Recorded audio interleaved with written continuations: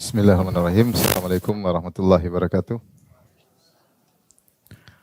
Alhamdulillahi ala ihsani wa syukru lahu ala taufiqihi wa amtinani. Asyhadu an la ilaha illallah wahdahu la syarika lahu ta'ziman li sya'nih wa asyhadu anna Muhammadan abduhu wa rasuluhu ila ridwani. Allahumma shalli alaihi wa ala alihi wa ashabihi wa ikhwani. Hadirin hadirat yang dirahmati Allah Subhanahu wa taala, insyaallah pada kesempatan kali ini kita masuk pada pertemuan perdana tentang Al-Asma Al-Husna, nama-nama Allah yang terindah ya. Dan insyaallah mudah-mudahan 2 bulan lagi bukunya udah siap ya. Kita sekarang lagi proses ya. Jadi biar bisa mudah untuk diikuti ya. Pada kesempatan kali ini kita akan bahas tentang mukaddimah tentang urgensi belajar Asmaul Husna ya. Urgensi belajar Al-Asma Al-Husna. Al-Asma tes. Al-Asma Al-Husna maknanya adalah nama-nama Allah yang terindah ya, secara sederhana nama-nama Allah yang terindah.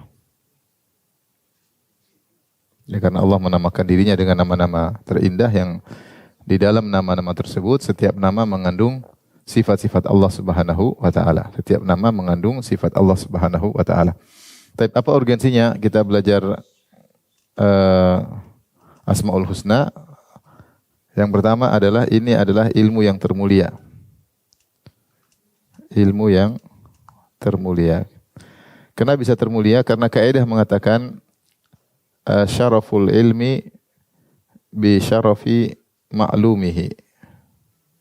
Yaitu mulianya suatu ilmu tergantung mulia yang dipelajari ya. Mulianya suatu ilmu sesuai dengan mulianya yang dipelajari. Yang dipelajari. Misalnya kita mengatakan ilmu akidah penting. Kenapa? Karena akidah penting, maka ilmu belajari akidah adalah penting ya. Ilmu tentang Rasulullah SAW penting. Kenapa? Rasulullah SAW sendiri adalah sosok yang sangat penting. Nah, bagaimana lagi dengan ilmu yang belajar tentang Allah Subhanahu wa taala? Ya. Karena yang kita pelajari adalah Allah Subhanahu wa taala, maka ilmu tentang Allah adalah ilmu yang teragung ya. Hal ini karena yang kita pelajari adalah Allah. Ya, sehingga ilmu yang pelajari tentang Allah adalah ilmu yang teragung dan ilmu yang paling sempurna ya.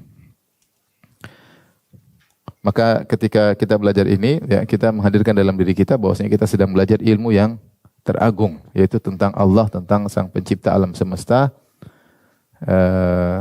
yang semua kebahagiaan kita ya, nasib kita ya, semua di tangannya, di tangan Allah Subhanahu wa taala. Makanya kadang-kadang orang belajar, misalnya kita belajar usul fikih, ini penting. Usul fikih adalah ilmu untuk agar kita bisa beristimbat, mengambil hukum dari dalil-dalilnya. Ini ilmu penting ya. Karena dengan ilmu tersebut kita bisa mengambil hukum-hukum dari dalil-dalil ya. Maka kita katakan belajar ilmu usul fikih adalah ilmu yang penting. Belajar bahasa Arab ilmu yang penting. Karena dengan belajar bahasa Arab kita akan ngerti ya nas-nas Al-Quran dan hadis. Ini penting ya. Semua itu masih kalah dengan ilmu tentang Asmaul Husna.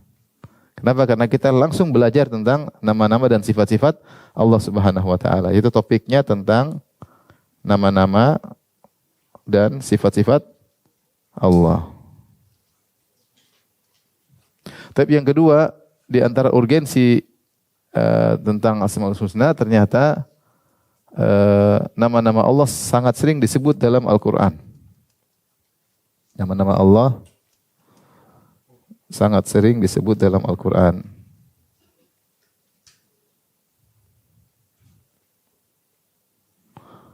Hampir setiap lembaran kita akan dapati ada penyebutan nama-nama Allah Subhanahu wa taala ya. Setiap lembar Al-Quran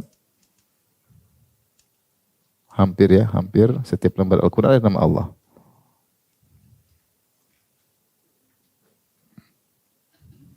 Setiap halaman Al-Quran ada nama Allah.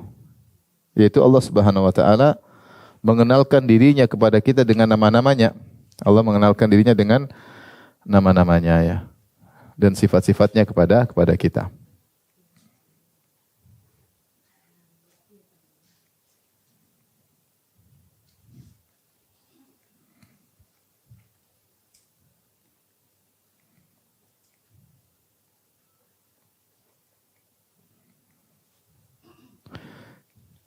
Kita saja baca pertama Al-Fatihah, surat pertama.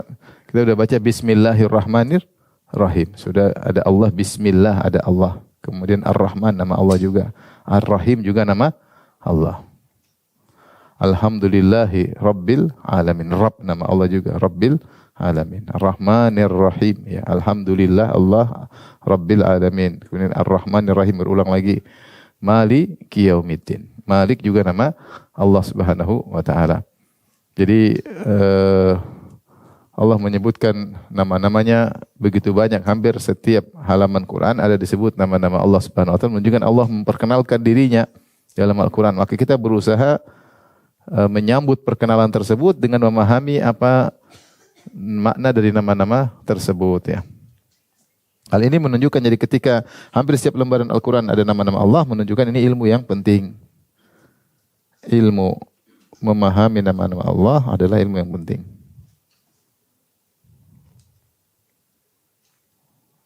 Adalah urgen.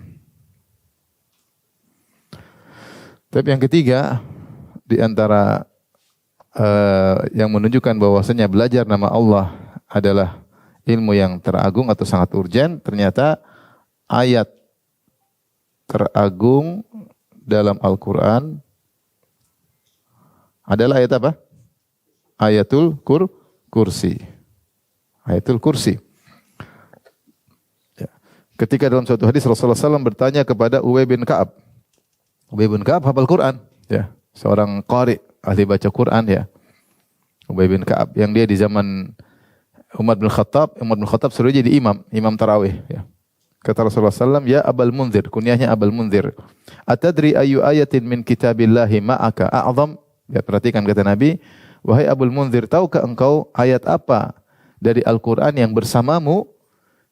Yaitu karena dalam dadanya 30 juz ada dalam dadanya ya.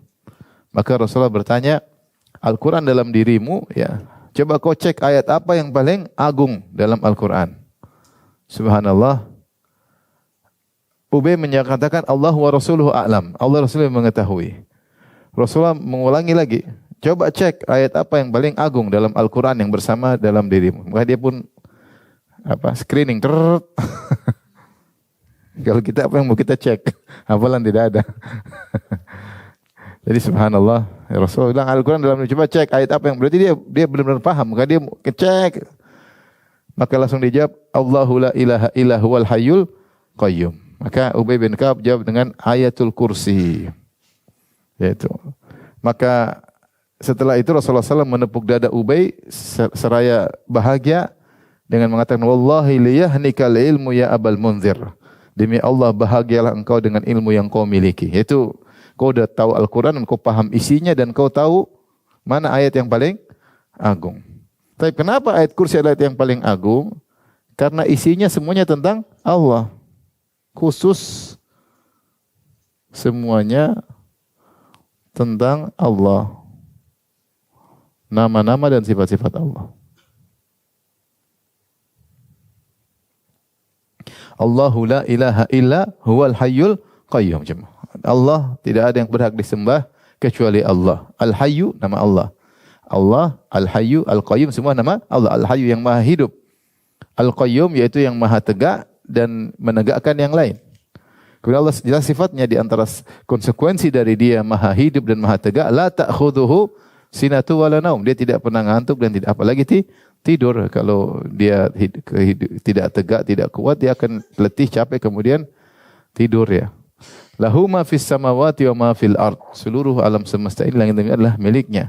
Man dzalladzi yashfa'u 'indahu illa bi'izni. Siapa yang berani kasih syafaat kecuali dengan izin Allah Subhanahu wa taala. Dengan tentang ilmunya, ya'lamu ma baina aydihim wa ma khalfahum wa la yuhituna bi syai'in min ilmihi illa bima syaa'. Kemudian wasi'a kursiyyuhu samawati wal ard ya. Kursinya meliputi langit dan bumi. Wala ya'uduhu hifdzuhuma, dan tidak merepotkan Allah untuk menjaga langit dan bumi. Wa huwal aliyyu al-azim. Dia maha tinggi dan maha agung. Jadi ayat ini adalah ayat teragung karena dia khusus bicara tentang apa? Allah Subhanahu wa taala. Khusus tentang Allah Subhanahu wa taala. Jadi ilmu yang pembicaraan tentang Allah itu ilmu yang teragung karena topiknya, kontennya atau topiknya tentang Allah Subhanahu wa taala. Baik. Ini ayat teragung. Kemudian kita lanjutkan surat teragung.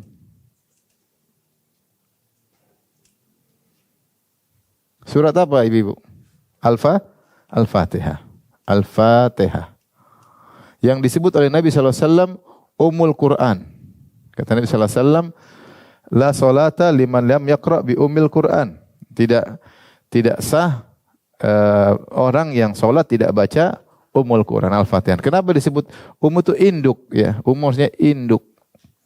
Kenapa induk Al-Quran disebut seakan-akan kata para ulama seluruh ayat surat yang datang setelahnya itu adalah syarah dari Al-Fatihah. Seakan-akan demikian. Kita dalam Quran 114 surat. Seakan-akan 113 surat setelahnya adalah syarah penjelasan dari surat Al-Fatihah. Ini mirip seperti ketika para ulama menamakan hadis Jibril dengan Ummus Sunnah. Hadis Jibril ketika Rasulullah ditanya, fa akhbirni anil Islam, akhbirni anil iman, akhbirni anil ihsan, akhbirni anis sa'ah. Ya Muhammad, jelaskan kepadaku tentang rukun iman, rukun Islam, rukun ihsan, kemudian hari kiamat. Rasulullah jawab. Maka ulama menamakan hadis Jibril dengan Ummus Sunnah, induknya sunnah. Ya seakan-akan seluruh hadis-hadis yang ada, ribuan hadis, semua menjelaskan tentang hadis apa?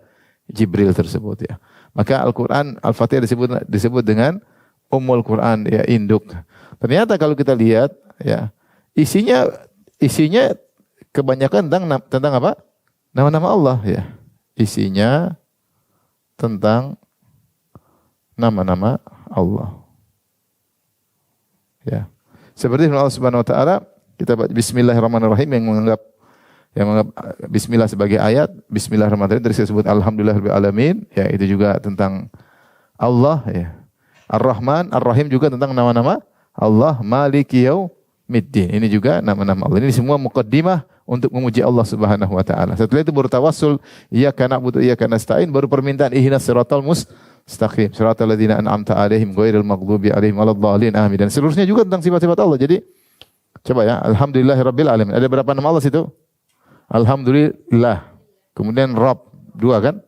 Lillahirabbil alamin. Ar-Rahman berarti yang ketiga. Ar-Rahim berapa? Keempat. Kemudian Malik yang kelima, Maliki Yaumiddin. Setelah itu bertawassul, iyyaka na'budu wa iyyaka nasta'in. Hanya kepada Engkau lah kami beribadah dan hanya kepada Engkau lah kami mohon pertolongan. Kemudian permohonan, ihdinas siratal mustaqim ya. Jadi surat Al-Fatihah dibuka dengan pujian, kemudian bertawassul dengan amal soleh seseorang, kemudian permohonan. Ya, karena kita tahu di antara mudah dikabulkannya doa, bertawassul dengan memuji Allah dan bertawassul dengan amal soleh kita. Iyyaka na'budu, yaitu kita berikrar hanya kepada Engkau lah kami beribadah dan hanya kepada Engkau mohon pertolongan. Baru permohonan, ihdinas siratal mustaqim, tunjukkanlah kami jalan yang lurus. Siapa? Siratal ladzina an'amta. Ini tentang sifat Allah. Yaitu jalan orang-orang yang Kau beri nikmat kepada mereka. Berarti mereka itu dapat hidayah karena dari siapa? Allah. Ketika kita minta hidayah kepada Allah, kita mengakui yang bisa beri petunjuk kepada kita juga cuma Allah. Ihdinas siratal mustaqim, siratal ladzina an'amta 'alaihim, itu jalan orang-orang yang Kau beri nikmat kepada mereka. Ghairil maghdubi, bukan orang-orang jalan orang yang Kau murkai. Berarti Allah bisa murka. Orang Yahudi dimurkai oleh Allah Subhanahu wa taala, dhalin, dan juga bukan orang yang tersesat, yang disesatkan.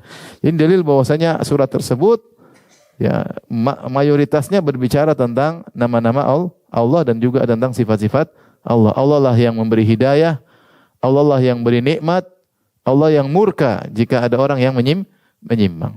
Ya. Maka semuanya kembali tentang Allah Subhanahu wa taala. Maka dari sini nampak bahwasanya Al-Fatihah adalah surat teragung karena isinya tentang nama-nama Allah dan juga tentang apa? Sifat-sifat Allah. Allah yang beri hidayah, Allah yang beri nikmat, Allah yang murka ya. Baik, ini yang keempat. Sudah, kita lanjut. Sudah Ibu? Sudah ya. Kemudian di antara urgensinya nama-nama Allah Subhanahu wa taala ya, kita yang kelima. Contoh adalah surat Al-Ikhlas. surat Al-Ikhlas ta'dilu sulus Al-Quran. Adalah sepertiga Al-Quran. Kenapa di sepertiga Al-Quran? Di antaranya karena dia khusus tentang Allah. Isinya, kontennya khusus tentang Allah. Tahukah ibu-ibu apa sebab turun surat ini? Sebab turun surat ini yaitu orang musyrik datang kepada Nabi SAW. Kemudian mereka bertanya, sif lana rabbak. Ya Muhammad, sifatkanlah kepada kami Rabbmu. Rabbmu itu bagaimana sih? Rabbmu itu bagaimana? Maka kemudian turunlah surat Al-Ikhlas. Semuanya tentang Allah Subhanahu wa taala, ya. Pertama apa? Qul huwallahu ahad. Qul huwallahu ahad. Allahu ahad. Taib, ini nama Allah. Kemudian Qul huwallahu ahad, kemudian Allahu as-samad. Allahus samad. Kemudian apa? Lam yalid wa lam yulad. Lam yalid wa lam yulad. Taib. Lam yalid. Kemudian walam yulad. Kemudian walam yakul lahu kufuwan ahad. Kufuwan ahad. Huwallahu ahad. Baik. Pertama lihat sini, katakanlah Allah Maha apa? Maha Esa. Kemudian As-Samad yaitu yang semua bergantung kepadanya. Tidak butuh kepada siapapun. Karena Samad artinya sempurna dan yang lain butuh kepadanya.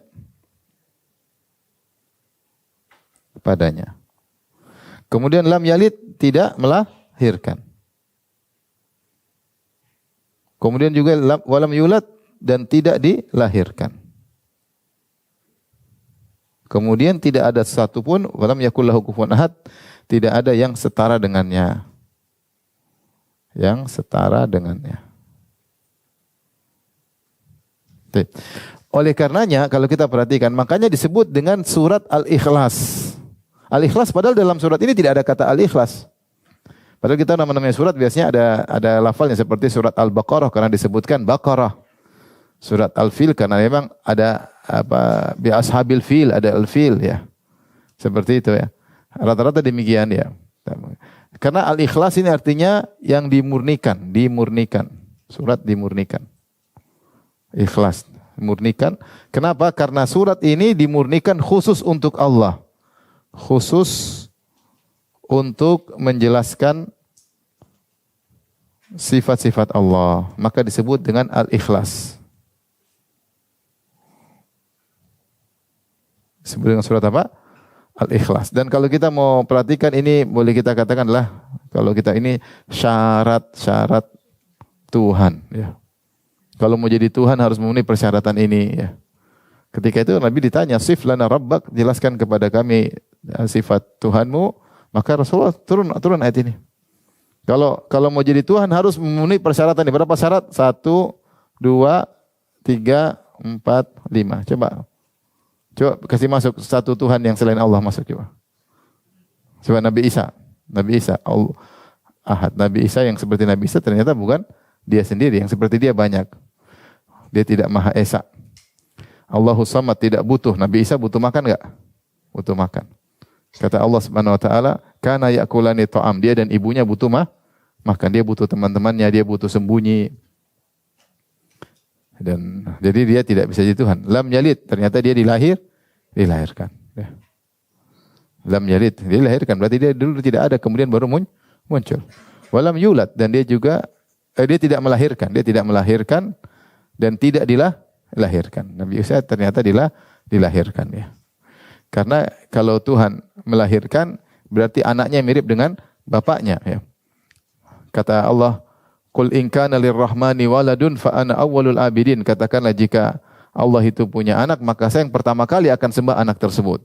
Kenapa? Kalau Allah punya anak berarti anaknya mirip dengan bapaknya. Makanya ketika terjadi dialog antara Nabi dengan Nasrani Najran, di antaranya dibantah ya, kalau memang Nabi Isa adalah anak Allah, harusnya dia mirip dengan Allah. Dia tidak butuh, dia harusnya punya kehebatan. Ternyata Nabi Isa tidak ya. Tidak. Walam yakul lahu kufuwan ahad, tidak ada yang setara dengannya. Nabi Isa yang seperti dia banyak, manusia banyak seperti dia. Ya. Jadi Nabi Isa tidak bisa jadi Tuhan. Ya. Apalagi mayat-mayat dalam kuburan, wali yang disembah-sembah ya Nabi Isa, apalagi batu ya. Maka surat ini nilainya sepertiga Al-Quran. Kenapa? Karena dia khusus bicara tentang Allah. Dari sini kita tahu bahwasanya belajar tentang nama-nama sifat-sifat Allah adalah suatu yang sangat urgen. Ya, kata Rasulullah SAW, ayajizu ahadukum an yaqra'a fi lailatin thulutsal Quran. Apakah salah seorang dari kalian tidak mampu membaca sepertiga Al-Quran dalam satu malam? Rasulullah mengatakan, Qul huwallahu ahad. Sungguhnya surat Al-Ikhlas, Qul huwallahu ahad, ta'dilu thulutsal Quran. Dia itu nilainya seperti sepertiga Al-Quran. Kenapa sepertiga Al-Quran? Banyak khilaf. Ada yang mengatakan sepertiga Al-Quran karena Al-Quran itu isinya, kalau mau kita cek, pertama tentang Allah Subhanahu wa taala, yang kedua tentang hukum-hukum, yang ketiga tentang kisah-kisah. Jadi secara konten tentang Allah itu sepertiga dari salah satu dari tiga konten Al-Quran. Al-Quran itu isinya apa? Nama-nama dan sifat-sifat Allah, keagungan Allah, yang kedua tentang hukum-hukum, yang ketiga tentang apa? Kisah-kisah. Itulah sisi Al-Quran. Berarti kalau gitu Al-Fatihah ini Al-Ikhlas sepertiga karena dia khusus tentang sifat-sifat Allah. Wallahu alam, ini penafsiran sebagian ulama ya. Tapi ketika disebut sepertiga Al-Quran menunjukkan bahwasanya surat Al-Ikhlas surat yang sangat agung karena kontennya tentang Allah Subhanahu wa taala. Sebagaimana tadi ayat kursi ayat teragung ya, karena dia kontennya semua tentang Allah Subhanahu wa taala. Tapi ini di antara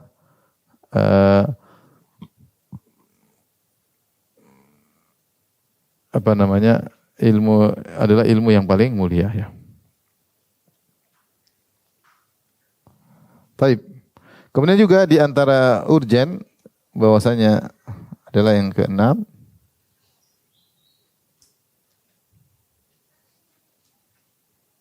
Allah memerintahkan kita untuk belajar nama-namanya. Allah memerintah kita untuk mempelajari nama-namanya.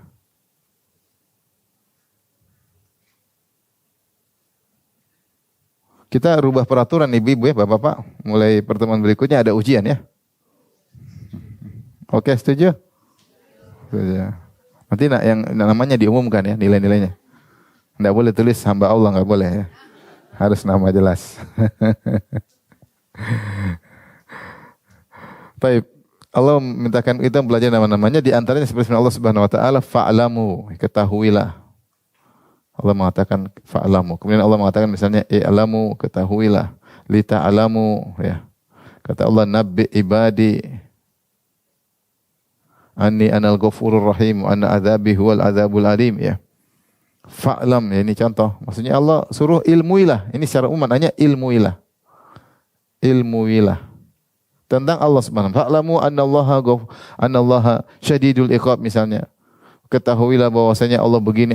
I'lamu ya, ketahuilah seperti li ta'lamu annallaha ala kulli syai'in qadir. Kalian ketahui Allah itu maha kuasa atas segala sesuatu. Annallaha qad ahata bi kulli syai'in ilma, bahwasanya ilmu Allah meliputi segala sesuatu. Nabbi ibadi anni anal ghafurur rahim, kabarkanlah kepada hamba-hambaku wahai Muhammad, sungguhnya aku adalah maha pengampun lagi maha penyayang.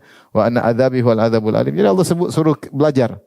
Fa'lam annahu la ilaha illallah wastaghfir dzambik, ketahuilah bahwasanya tidak ada yang berhak disembah kecuali Allah dan minta ampunlah kepada Allah. Ya. Di sini banyak dalam Al-Quran seperti wattaqullaha wa'lamu annallaha ma'al muttaqin. Ketahuilah wa'lamu, Allah bersama orang yang bertakwa. Fa'lamu annallaha azizun hakim. Maka ketahuilah bahwasanya Allah Maha perkasa lagi Maha bijaksana. Sini Allah suruh perintah fa'lamu i'lamu. Jadi Allah suruh pelajari. Jadi inilah yang perlu kita ketahui, bahwasanya ibadah kepada Allah bukan cuma ibadah secara fisik. Perhatikan. Bukan ibadah secara fisik, maksudnya cuma sekedar baca Quran, kemudian sekedar sholat, puasa, itu ibadah. Tapi ada ibadah yang agung, ibadah ilmu. Ibadah yang agung, ibadah ilmu. Berilmu tentang Allah adalah ibadah. Ya.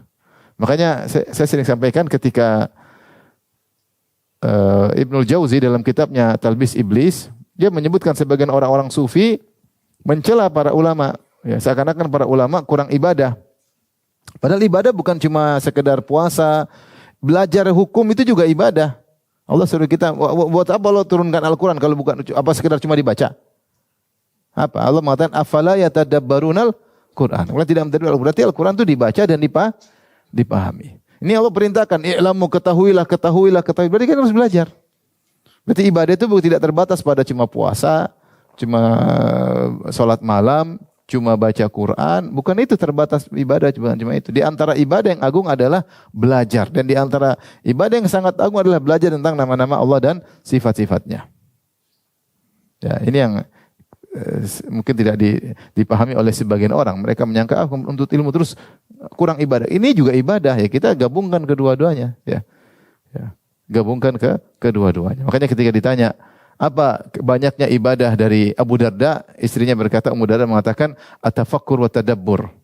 Ibadah yang sering dilakukan oleh Abu Darda tafakkur, merenungkan, wa tadabbur dan mentadaburi. Itu di antara ibadah yang sering dia lakukan. Ketika di rumah bertafakkur, tadabbur. Ya, Allah memuji orang-orang yang bertafakkur. Inna fi khalqis samawati wal ardi wa ikhtilafil laili wan nahari la ayatin li ulil albab alladziina yadhkurunallaha qiyaman wa qu'udan wa 'ala junubihim wa yatafakkaruna fi khalqis samawati wal ardi rabbana ma khalaqta hadza batila. Yaitu Allah memuji orang-orang yang yatafakkaruna fi khalqis samawati wal ard, mereka merenungkan tentang penciptaan langit dan bumi, mereka merenungkan tentang agungnya ciptaan Allah, kemudian mereka berkata rabbana ma khalaqta hadza batila. Tidak mungkin kau ciptakan ini tanpa tujuan, pasti ada tujuan. Ini tentang apa? Sifat Allah, tentang Allah. Sehingga mereka merenungkan, tidak mungkin Allah bikin ini semua hanya sekedar main-main, tanpa ada tujuan, tanpa ada hari kebangkitan, tanpa ada hari pembalasan, tidak mungkin. Setelah mereka berdoa, faqina adzabannar. Kalau gitu selamatkan kami di neraka jahanam. Gak mungkin Allah bikin ini main-main ini semua. Sekedar bikin matahari, bikin rembulan, bikin bumi yang begitu indah. Dengan isinya manusia, ada yang hidup, ada yang mati, ada yang zalim, ada yang dizalimi. Kemudian selesai begitu saja? Mustahil. Oleh karenanya, orang yang merenung, memahami, maka mereka sedang beribadah kepada Allah Subhanahu wa taala. Jadi ilmuilah kata Allah, maka mempelajari nama-nama Allah adalah ibadah yang agung.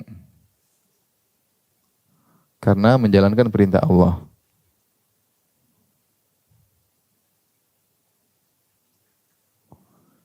Secara umum Allah menyuruh kita mentadaburi Al-Quran. Secara umum Allah menyuruh kita mentadaburi Al-Quran, dan dalam Al-Quran banyak sekali ayat-ayat tentang nama-nama dan sifat-sifatnya. Secara khusus Allah bilang, ketahuilah bahwasanya Allah adalah Maha Perkasa, Maha Bijaksana, Aziz, Hakim, nama-nama Allah.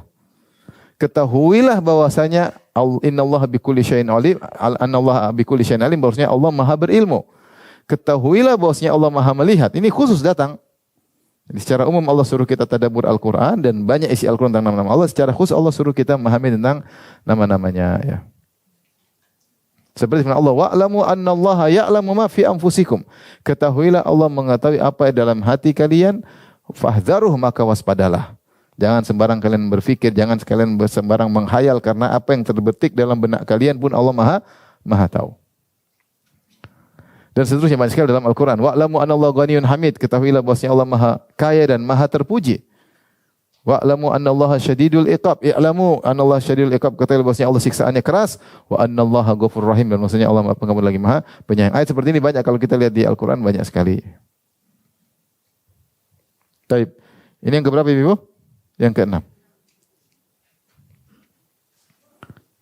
Berikutnya yang ke-7.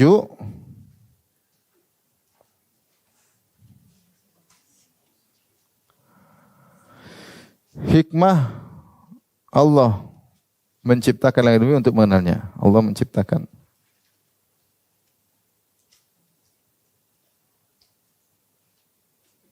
Dan bumi adalah untuk mengenalnya.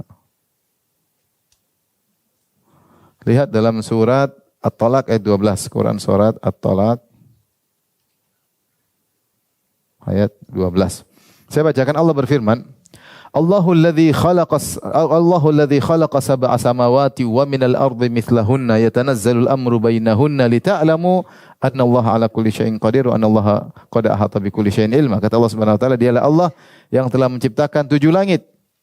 dan juga bumi semisalnya. Kata Allah, yatanazzal amru bainahunna, kemudian perintah Allah berlaku di antara keduanya. Allah ciptakan langit, Allah dengan berlapis-lapis, Allah ciptakan bumi, kemudian ada peraturan yang berlaku, ciptaan-ciptaan Allah yang berlaku di antara langit dan bumi, tentang malaikat, tentang manusia, tentang hewan-hewan, tentang semua kejadian antara langit dan bumi. Buat apa? Kata Allah, lita'lamu annallaha ala kulli syai'in qadir. Lita'lamu annallaha ala kulli syai'in qadir. Kata Allah, agar kalian mengetahui, agar kalian tahu kenapa Allah ciptakan langit dan bumi, agar kalian tahu bahwasanya Allah ala kulli syai'in qadir, Allah Maha Kuasa atas segala sesuatu.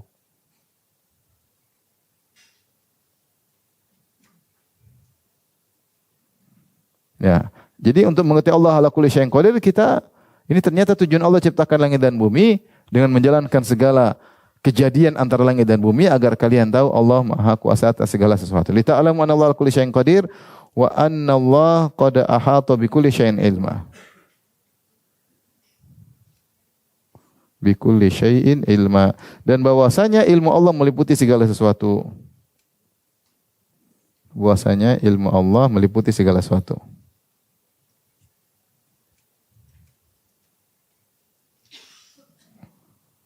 Makanya ternyata Allah menciptakan langit dan bumi ini adalah agar kita tahu Allah Maha Kuasa.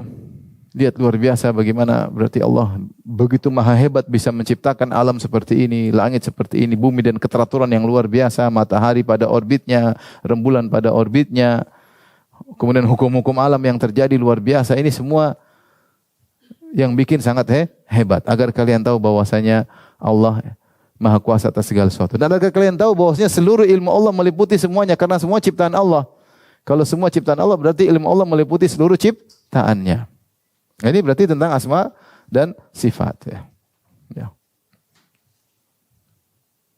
Tadi juga saya sebutkan tadi Rabbana ma khalaqta hadza batila. Ketika orang merenungkan bahwasanya Allah menciptakan langit dan bumi, pergantian siang dan malam, dia memang tidak mungkin Allah ciptakan ini cuma sia-sia main-main aja tanpa ada hari pembalasan, tanpa ada hari kebangkitan, ya tidak mungkin. Tidak mungkin Allah main-main. Pasti ada hikmahnya. Tapi yang berikutnya, yang ke-8, Nabi berusaha menjabarkan nama-nama Allah dengan pendekatan sederhana. Nabi berusaha menjelaskan makna sifat-sifat Allah, makna nama-nama Allah, makna nama-nama atau sifat-sifat Allah dengan pendekatan. Contoh agar mudah dipahami, agar mudah dipahami.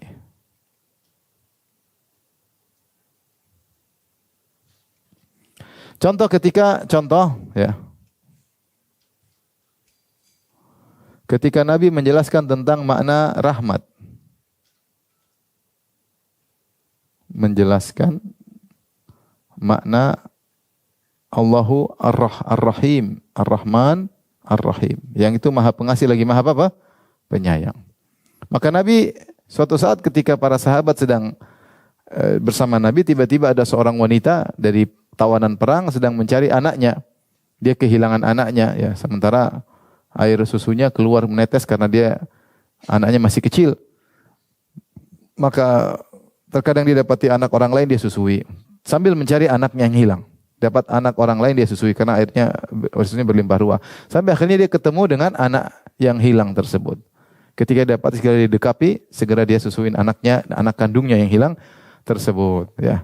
Maka ini pemandangan yang luar biasa menggambarkan tentang bagaimana kasih sayang seorang ibu kepada anaknya. Maka saat itu Rasulullah bertanya kepada para sahabat, "Atarawna anna hadhihi taridatan waladaha finnar?" Menurut kalian anak ibu seperti ini akan melemparkan anaknya ke api, yang sangat sayang kepada anak kandungnya, mungkin dilemparkan anaknya ke api? Kata para sahabat, tidak mungkin ya Rasulullah, padahal dia mampu untuk mencegahnya. Kata Rasulullah, "Allahu arham." Allah lebih sayang kepada hambanya daripada ibu ini kepada anaknya.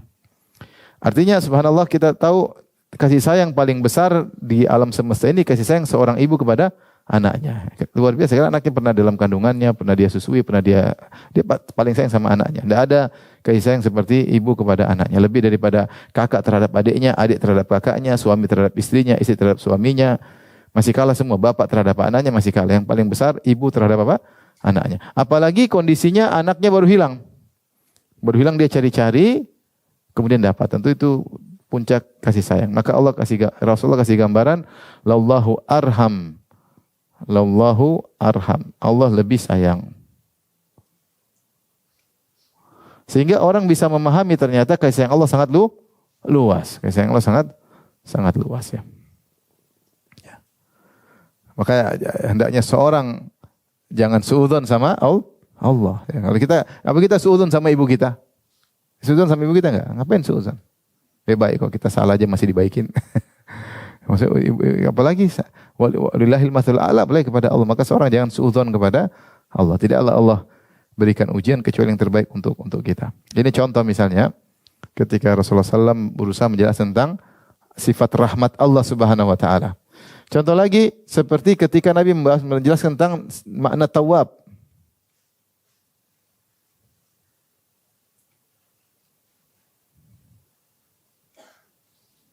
Tentang at-tawab. At-tawab artinya apa? Maha menerima taubat ya. At-tawab maha menerima taubat, tentang taubat. Maka Rasulullah SAW mengatakan, "Lallahu asyaddu farahan bi taubati 'abdihi hina yatubu ilaihi." Sungguhnya Allah lebih gembira dengan taubatnya seorang hamba ketika bertobat kepada Allah daripada salah seorang dari kalian sedang di tengah padang pasir, sedang bawa ontanya, tiba-tiba ontanya ucul, ontanya kabur dan dia terjebak di tengah padang pasir sementara seluruh bekalnya wa 'alaiha ta'amuhu wa syarabu, makanan dan minumannya ada di onta tersebut. Ternyata onta tersebut lepas sehingga dia di tengah padang pasir. Maka dia pun fattaja tahta dhilli syajarah, maka situ ada pohon-pohon kering di tengah padang pasir. Dia berusaha berbaring dan putus asa. Waqad ayisa min rahilatihi, dia sudah putus asa, ontanya enggak bakalan balik. Ya sudah, ngapain dia jalan juga tidak bakalan ketemu air. Mungkin dia sudah berusaha cari enggak ketemu, maka dia tinggal tunggu kematiannya. Maka dia berbaring di bawah pohon tersebut untuk menunggu kematiannya. Fa bainama huwa kadzalik idh huwa biha qa'imah, ketika dia sudah pasrah mati, tiba-tiba ontanya muncul lagi. Wa 'alaiha ta'am wa syarabu, dan di ontanya masih ada bekalnya, minumnya masih ada, makanannya masih ada. Fa akhadha bi khitamiha, maka segera dia pegang tali kekang onta tersebut, kemudian dia berterima kasih kepada Allah berkata, Allahumma anta abdi wa ana rabbuk. Ya Allah, sungguh benar engkau adalah hambaku, aku Tuhanmu. Kata Nabi, akhta'a min syiddatil farah, salah ngomong karena saking apa? Gembira. Ketika dia merasa bakalan mati dan dia sudah memastikan saya bakalan mati dan sudah merasakan tanda-tanda kematian, mulai kelaparan, mulai dehidrasi, mulai pandangan mulai kabur, siap mati. Tahu-tahu ada kesempatan hidup lagi. Itu kebahagiaan yang sangat, kegembiraan luar biasa. Kata Nabi, Allah lebih bergembira kalau ada yang bertobat dari gembiranya orang ini. Sehingga orang tidak ragu untuk bertobat kepada Allah. Ya. Tujuannya apa? Agar jangan ragu bertobat.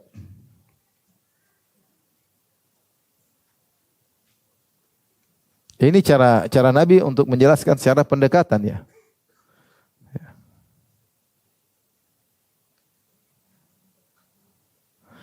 Contoh lagi misalnya Rasulullah menjelaskan tentang Al-Ghafur ya. Rasulullah jelaskan tentang Al-Ghafur ketika menjelaskan tentang Al-Ghafur.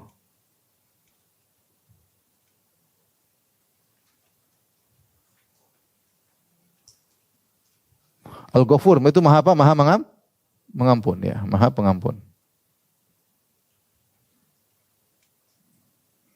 Rasulullah bercerita ya tentang sifat Allah. Kata Allah, ketika ada seorang bermaksiat, Allah berkata, "Adznaba 'abdi dzamban." Ada hambaku melakukan dosa.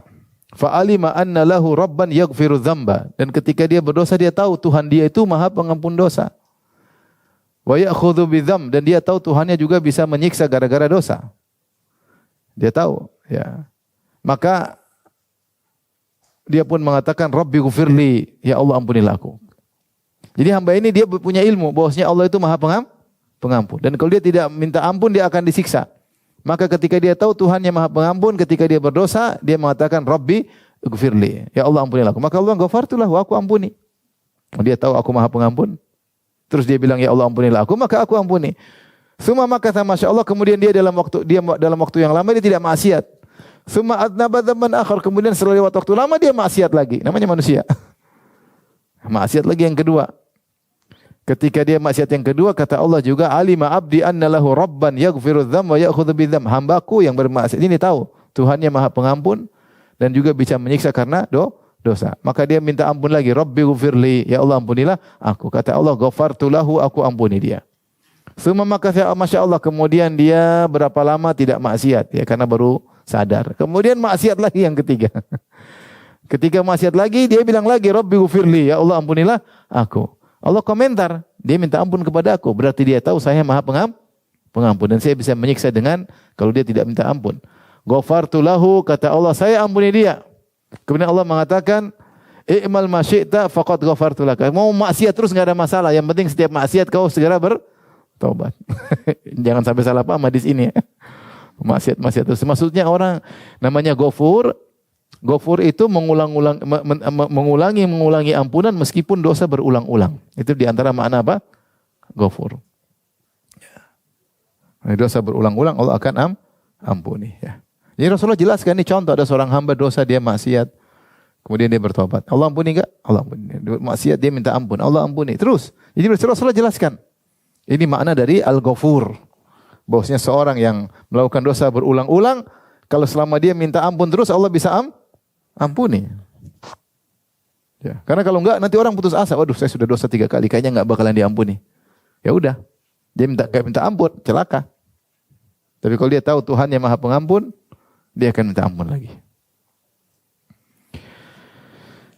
Contoh lagi, misalnya Nabi SAW menjelaskan tentang Maha melihat, Maha mendengar. Misalnya,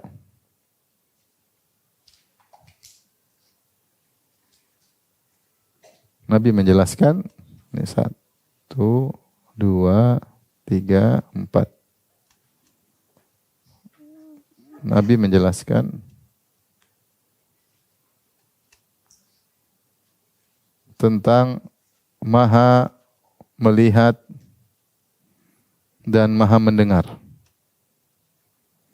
Ketika Nabi SAW membacakan firman Allah Subhanahu wa taala dalam surat An-Nisa, Allah berfirman, "Innallaha ya'murukum an tu'addul amanati ila ahliha wa idza hakamtum bainan nasi an tahkumu bil adl innallaha ni'ma ya'idzukum bih innallaha kana sami'an basira." Ya.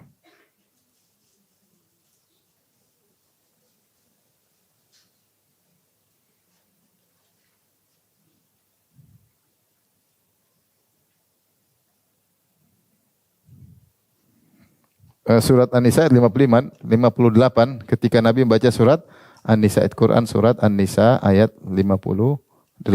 Maknanya, sungguhnya Allah memerintahkan kalian untuk menyampaikan amanat kepada yang berhak menerimanya. Wa idza hakamtum bainan nas, kalau kalian menjelaskan hukum di antara manusia, antahkum bil adl, hendaknya kalian berhukum dengan keadilan. Kenapa?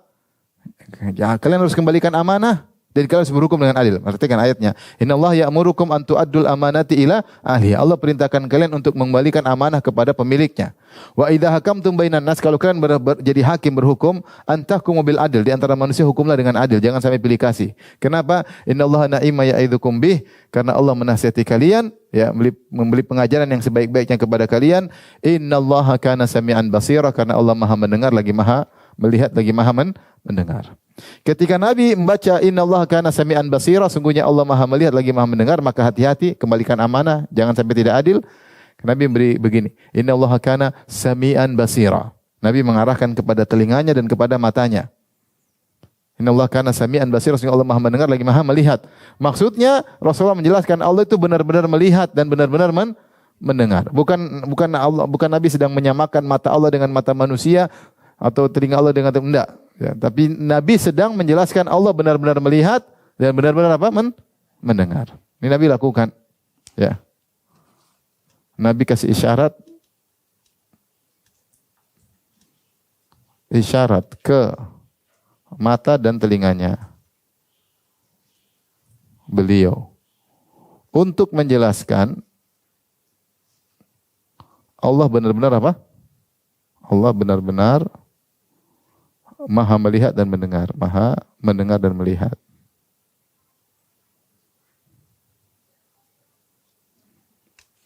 Ini contoh lagi. Contoh juga, ini yang keberapa? Yang keempat. Yang kelima, contoh ketika Nabi SAW Membahas tentang pada hari kiamat kelak Allah mengambil dunia, memegang bumi dengan tangan kanannya. Allah melipat langit, ya. Allah memegang bumi dan Allah melipat langit. Summa yahuzuhunna, kemudian Allah goncangkan langit dan bumi. Ketika Nabi sedang menjelaskan itu, Nabi membuat tangannya begini. Nabi menggerakkan apa? Tangannya. Maksudnya ini benar-benar akan terjadi. Bukan Nabi sedang menyamakan tangan Allah dengan tangan apa?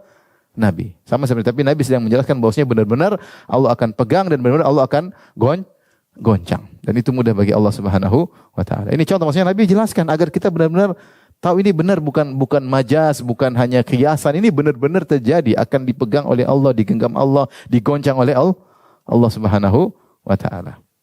Ini diantara bagaimana Rasulullah SAW semangat untuk mengajarkan tentang nama-nama dan sifat-sifat Allah Subhanahu wa taala. Ya. Tadi yang kelima apa?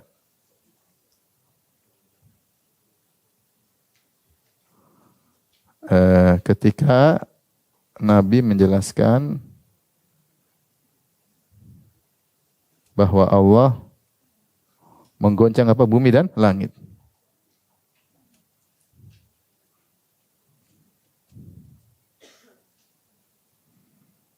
Ya, Nabi mengisyaratkan dengan tangannya. Mengisyaratkan dengan tangannya. Dengan tangannya. Menunjukkan benar-benar.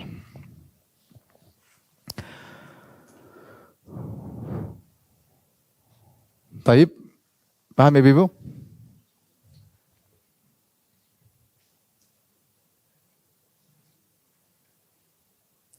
Sama dan banyak dalam ini, seperti Rasulullah SAW ketika melihat ada sahabat memukul budaknya, maka Rasulullah berteriak di belakang, "I'lam Aba Mas'ud annallaha aqdara 'alaika ya minka 'alaihi," atau kama qala. Kata Rasulullah ketika Abu Mas'ud mukul budaknya, dan dia sebagai majikan, dia pukul budaknya enggak bisa apa-apa. Budaknya milik dia, mau dijual belikan terserah dia. Ketika saya memukul budaknya, Rasulullah mengatakan, "Ketahuilah Ibnu Abu Mas'ud." Aba Mas'ud, bukan Ibnu Mas'ud, Aba Mas'ud. Sungguhnya Allah lebih mampu kepada engkau daripada engkau terhadap budakmu. Langsung dia kaget. Ternyata suaranya Nabi SAW. Makanya dia bilang, "Saya merdekakan engkau merdeka."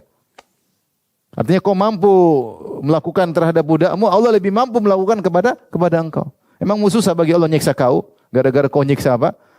Budakmu. Mudah bagi Allah. Ya. Ini tadi.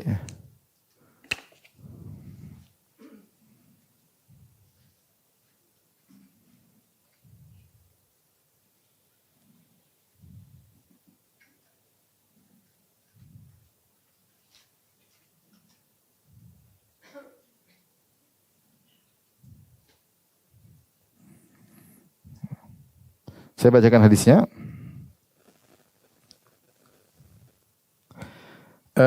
Kata Abu Mas'ud, "Kuntu adribu gulaman li." Aku sedang memukul apa? Budakku. Fasami'tu min khalfi sautan. Tiba-tiba aku mendengar dari suara dari belakangku, "I'lam Aba Mas'ud." Ketahuilah wahai Abu Mas'ud. Dia tidak Abu Mas'ud. "Lallahu aqdaru 'alaika minka 'alaihi." Allah lebih mampu untuk menghukummu daripada engkau terhadap apa? Budakmu. Faltafattu fa idza huwa Rasulullah sallallahu alaihi wasallam. Aku tengok ternyata Rasulullah sallallahu alaihi wasallam. Fakultu ya Rasulullah huwa hurrun liwajhillah. Aku katakan, Rasulullah ini budak saya merdekakan. Selesai. Daripada cari masalah. Kemudian kata Rasulullah, ama law lam taf'al lafahatkan naru aw lamasatkan naru. Seandainya kau tidak merdekakan budakmu, kau akan disentuh oleh api neraka. Subhanallah. Di sini Rasulullah menggunakan sigot tafdhil, yaitu lebih lallahu aqdar, lebih kuasa daripada engkau, ya. Paham Ibu? Ya, atau enggak paham? Ibu kan malu kalau enggak paham, bilang paham, ternyata enggak paham. 1 2 3 4 5 6 ya. Apa kata Nabi sallallahu alaihi wasallam? "I'lam Aba Mas'ud lallahu aqdaru 'alaika minka 'alaihi." Minka 'alaihi. Ketahuilah Abu Mas'ud, sungguhnya Allah lebih berkuasa. Ini maksudnya lebih kuasa atasmu. Aqdar maksudnya lebih kuasa atasmu daripada engkau terhadap budakmu. Daripada engkau kepada budakmu. Jadi Rasulullah jelasin tentang sifat kudrah. Tentang sifat apa? Kudrah. Ini tentang sifat kudrah, yaitu maha kuasa. Kudrah. Ini contoh yang ke-6. Dan seperti ini banyak ya. Jadi saya menyebutkan beberapa contoh saja ya. Bahwasanya Allah Subhanahu wa taala, Rasulullah berusaha menjelaskan tentang maha kuasa Allah, tentang Taib, demikian juga Allah pun menjelaskan. Yang ke-9 ini sudah belum Ibu? Kita lanjut.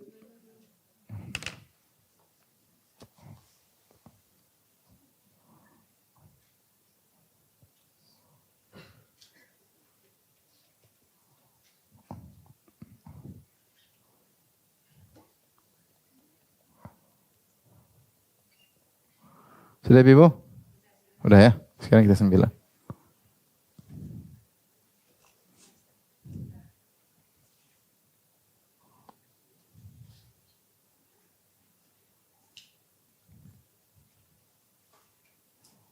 Yang 9.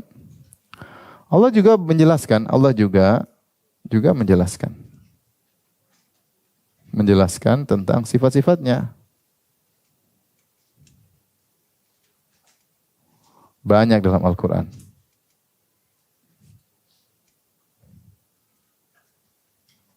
Seperti dengan pendekatan ya. Di antaranya misalnya juga dengan pendekatan. Contoh seperti ketika Allah berfirman tentang wa amma 'adun fastakbaru fil ardi bighairil haqq wa qalu man ashaddu minna quwwah. Dalam surat Fussilat ayat 15 misalnya.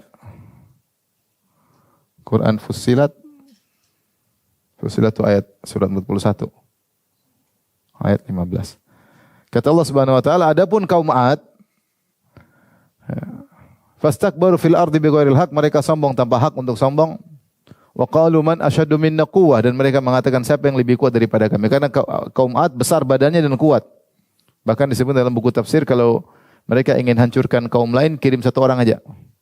Enggak usah kirim 2 orang, 3 orang, 1 orang aja habisin kampung sana. Karena badannya sangat apa? Kuat. Maka mereka berkata, man asyaddu minna quwwah, mereka siapa yang lebih kuat daripada kami? Maka Allah mengatakan, awalam yarau anna Allah alladhi khalaqahum huwa asyaddu minhum quwwah. Kata Allah, awalam yarau anna Allah alladhi khalaqahum huwa asyaddu minhum quwwah. Kata Allah, tidakkah mereka mengetahui bahwasanya yang menciptakan mereka lebih kuat? Yang menciptakan mereka lebih kuat. Menciptakan mereka maksudnya siapa? Menciptakan kaum 'Ad. Lebih kuat. Berarti Allah lebih kuat ya. Kalau kalian makhluk, berarti Allah Al-Khaliq lebih kuat. Ini namanya, ini disebut dengan qiyas al-aulawi. Al-qiyas al-aulawi disebut dengan al-qiyas al-aulawi.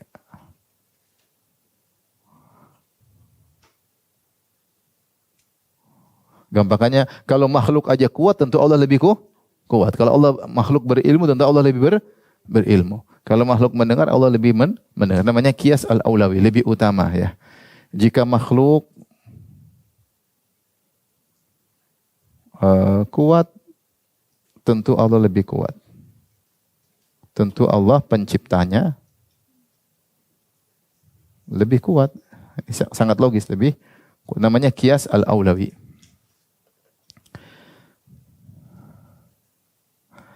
Contoh seperti Allah mengatakan Allah menggandengkan dengan seperti dalam Al-Qur'an juga Allah mengatakan misalnya, ini satu contoh. Contoh lain misalnya, ini contoh satu. Contoh dua misalnya Allah berfirman dalam Al-Qur'an, wa huwa arhamur rahimin, wa anta arhamur rahimin. Kemudian wa anta khairur rahimin. Kata Allah, Nabi Ayub ketika berdoa, wa ayyuba idznada rabbahu anni massani yadhurru wa anta arhamur rahimin. Engkau adalah penyayang yang paling penyayang di antara penyayang. Engkau adalah paling penyayang di antara para penyayang.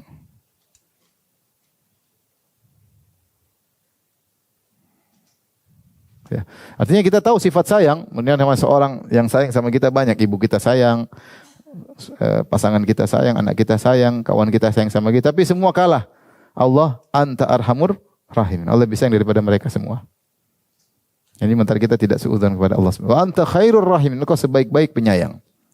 Sebaik-baik. Ini maksudnya untuk menjelaskan bahwasanya Allah juga mengadakan komparasi bahwasanya makhluk menyayangi, tapi engkau Allah adalah yang paling penyayang.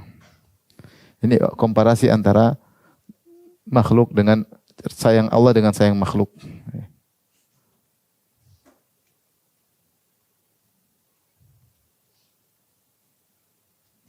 Sayangnya makhluk dengan sayangnya Allah. Lihat ketika Nabi Musa, saya sering sampaikan, ketika Nabi Musa alaihissalam berdoa ketika disuruh dakwah Fir'aun, dia takut. Maka dia berdoa dengan doanya yang masyhur, Rabbi shrah li sadri wa yassir li amri wahlul 'uqdatam yafqahu qawli waj'al li waziran min ahli Haruna akhi ushdud bihi azri wa asyirku fi amri. Doa yang masyhur, ya Allah, lapangkanlah dadaku, ya, kemudian mudahkanlah urusanku, hilangkan kekuatan dari lisanku agar aku bisa bicara mereka pahami, jadikanlah Harun sebagai penguatku, ya, dan seterusnya. Kata Allah, qala qad utita su'laka ya Musa, sungguh aku telah mengabulkan doamu. Doa Allah sudah dikabulkan. Kemudian kata Allah, wa laqad mananna 'alaika marratan ukhra, dan sebelumnya saya juga sudah kasih kau banyak nikmat. Idz auhayna ila ummika ma yuha, ketika kau masih kecil, kau belum bisa berdoa, saya sudah tolong kau, ya. Maksudnya Allah ingin mengatakan, wahai Musa, sekarang kau minta, saya pasti kabulkan. Dulu waktu kau masih kecil belum bisa minta pun saya sudah kasih nikmat. Ketika kau lahir ingin dibunuh oleh Fir'aun, saya ilhamkan kepada ibumu agar kau ditaruh di keranjang, kemudian dilepaskan. Wa alqaitu 'alaika mahabbatan minni, dan aku memberikan rasa cinta kepadamu dariku. Setiap orang lihat kau pasti sayang sama kamu. Semua yang tolong siapa? Allah. Allah bilang saya bantu kamu, saya tolong kamu, padahal kau belum bisa minta sama sekali. Ya, apalagi kalau kau sudah minta. Ini menunjukkan Allah sangat sayang kepada hambanya. Tapi yang berikutnya, yang ke-9, 10 ya. Ya, semakin banyak semakin susah ujiannya. Semakin mengenal Allah, semakin baik ibadah. Semakin baik ibadah. Kaidah mengatakan tak kenal maka tak sayang, maka semakin cinta. Juga semakin takut maksiat. Semakin cinta kepada Allah, sehingga semangat ibadah, sehingga khusyuk dan semangat ibadah. Sehingga khusyuk dan semangat ibadah. Kalau kita kenal Allah, kita akan semangat ibadah dan kita semakin cinta sama Allah. Semakin takut maksiat. Semakin takut maksiat, ya. Makanya seorang ulama salaf mengatakan, man kana billahi a'raf kana minallahi akhwaf. Siapa yang lebih kenal Allah, maka dia semakin takut kepada Allah. Wa li ibadatihi atlab, dan semakin semangat beribadah, wa an ma'siyati ab'ad, dan semakin jauh dari maksiat. Ya, kalau kenal Allah maka tak kenal maka tak sayang, benar enggak? Tak kenal maka tak cinta. Pepatah mengatakan tak kenal maka tak cinta. Mungkin mencintai Allah harus kenal Allah sifat-sifatnya, ya. Sifat-sifat Allah Subhanahu wa taala, ya. Maka seorang, ya, ketika tahu tentang sifat-sifat Allah, dia semakin semangat ibadah, dia semakin khusyuk. Ketika salat Allah sedang lihat dia, Allah mengetahui isi hatinya, dia akan semakin khusyuk. Dan dia semakin takut maksiat, karena Allah Maha melihat, Allah mendengar, maka dia semakin takut kepada Allah Subhanahu wa taala.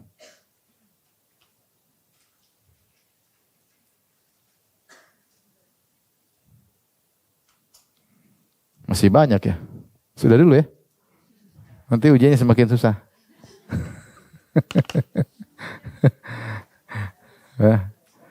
Ya, nanti tambah susah. 10 aja dulu, ya.